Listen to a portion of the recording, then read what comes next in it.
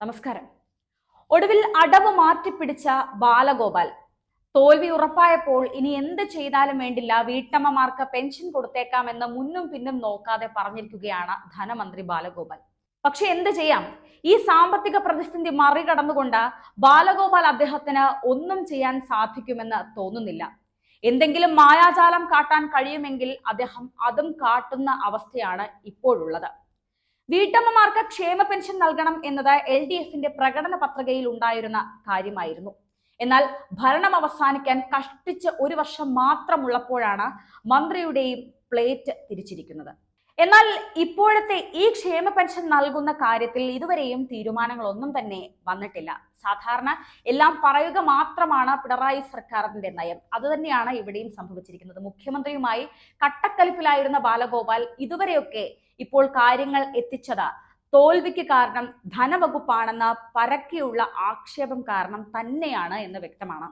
കഴിഞ്ഞ ദിവസം മുഖ്യമന്ത്രിയുടെ മുൻ ചീഫ് സെക്രട്ടറി ധനവകുപ്പിൽ ആവശ്യമില്ലാതെ ഇടപെടുന്നു എന്ന് ആരോപിച്ച വലിയ വാക്പോര് തന്നെ മുഖ്യനും ബാലഗോപാലുമായി നടന്നിരുന്നു. എന്റെ ധനവകുപ്പിൽ ആരും കൈ കടത്തേണ്ട എന്നാണ് മുഖ്യന്റെ മുഖത്ത് നോക്കി ബാലഗോപാൽ പറഞ്ഞത്. അതിന് തൊട്ടു പിന്നാലെയായിട്ടാണ് ഇപ്പോൾ ക്ഷേമ പെൻഷൻ വീട്ടമ്മമാർക്കും നൽകണമെന്ന് പറഞ്ഞുകൊണ്ട് ധനമന്ത്രി രംഗത്ത് വന്നത്. പക്ഷേ അതെങ്ങനെയെന്ന് ഇതുവരെ ആർക്കും അറിയില്ല. ജനങ്ങൾക്ക് ആവശ്യമില്ലാത്ത വാഗ്ദാനങ്ങൾ നൽകരുതെന്നാണ് പാർട്ടി വൃത്തങ്ങളുടെ അറിയിപ്പ്. അതെല്ലാം തന്നെ അവഗണിച്ചുകൊണ്ടാണ് ഇപ്പോൾ ബാലഗോപാൽ തന്നെ നിർണായക തീരുമാനങ്ങൾ എടുത്തിരിക്കുന്നത്.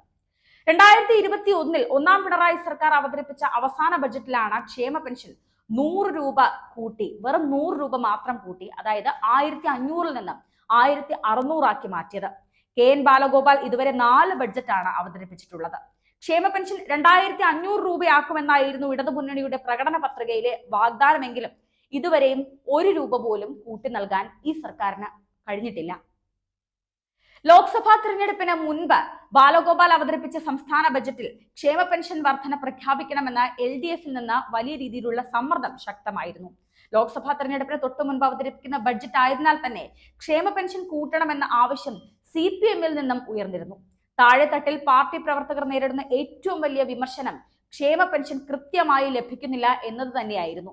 തിരഞ്ഞെടുപ്പ് പ്രചാരണത്തിൽ ഈ വിമർശനം നേരിടാൻ പെൻഷൻ വർധന കൊണ്ട് ഒരു പരിധിവരെ കഴിയുമെന്ന വിലയിരുത്തലും പാർട്ടിക്കകത്തു നിന്നും തന്നെ വന്നു. ലോക്സഭാ തെരഞ്ഞെടുപ്പിലെ കനത്ത തോൽവിക്ക് പിന്നാലെ CPM CPI സംസ്ഥാന സെക്രട്ടറിമാർ ക്ഷേമ പെൻഷൻ മുടങ്ങിയത് വലിയ തിരിച്ചടിയായെന്ന പരസ്യമായി സമ്മതിച്ച കാര്യമാണ്. ഇത് നമുക്കറിയാവുന്നതുമാണ്.